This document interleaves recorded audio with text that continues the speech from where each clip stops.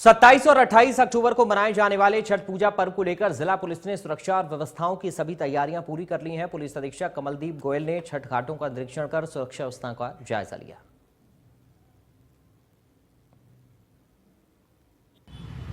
सूर्य का पर्व महापर्व छठ पूजा 27 तारीख कल शाम से होने वाली है। हालांकि व्रत आज से शुरू हो चुका है और आप देख सकते हैं जितना भी यमुना नदी के घाट है यहाँ पर जो है बेदियाँ बनाई जा रही हैं।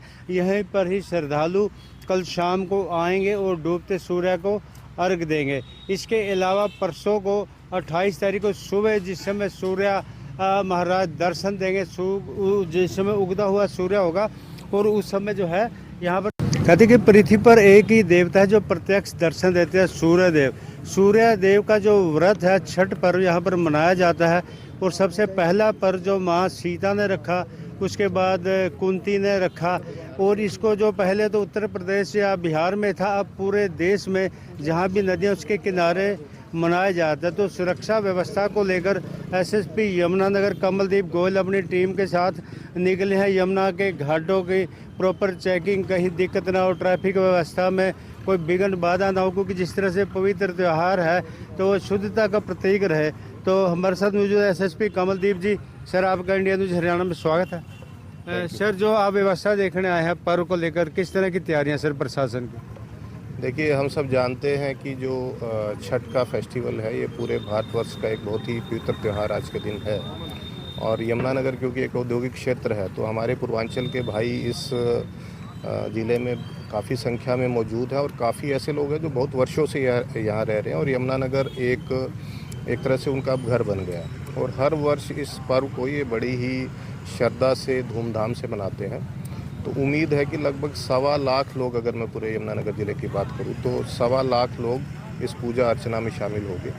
ये पूजा अर्चना है, इसमें भगवान सूर्यदेव को अर्घ देने के लिए माताएं बहनी पानी के अंदर उतरती है।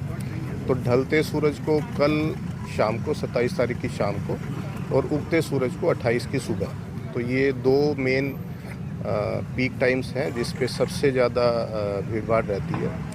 तो 14 ऐसे स्थान हैं पूरे यमुनानगर ज़िले की मैं बात करूं और ये घाट कह लीजिए, तो ये घाट जो हैं ये पश्चिम यमुना कनाल पे भी हैं और जो मेन यमुना रिवर है उस पे भी है। तो इन सभी स्थानों पे हमारे पुलिस के कर्मचारी भीड़ को नियंत्रण के लिए या यातायात व्यवस्था को ठीक ढंग से अरेंज करने के लिए तैनात रहेंगे और लगभग 350 कर्मचारी इस पूरी व्यवस्था में तैनात रहेंगे। इसके अलावा कोई हादसा ना हो, अगर हो जाता है तो उसमें एकदम से पुलिस का रिएक्शन है, इसलिए एसडीआरएफ की टीम्स भी तैनात रहेगी।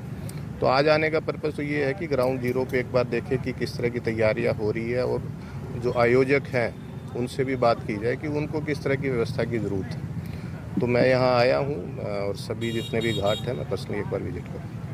धन्यवाद सर। थे हमारे साथ एसएसपी यमुनानगर कमलदीप गोयल जी, जिन्होंने बड़े विस्तार से बताया। भी मैं दिखाऊंगी जिस तरह से प्रशासन की बात करें तो यहाँ पर बल्लियाँ लगा दी गई हैं और यह भी कहा गया कि कोई बल्ली से परे ना। इसके अलावा डाइवर्स की व्यवस्था है और जो किश्तियाँ भी लगाई गई हैं, क्योंकि जो महिलाएं हैं अक्सर पानी में खड़े होकर जो है सूर्य भगवान को जल देती हैं। और इसके अलावा ये जो है बेदी है वो बनाई जा रही है, इसी बेदी के ऊपर ही आकर के जो महिलाएं पूजा करती जाए। कहा जाए तो एक ऐसा पवित्र त्यौहार है जो बच्चों की प्राप्ति के लिए मांगा जाता है, उनकी सुख शांति समृद्धि के लिए मांगा जाता है।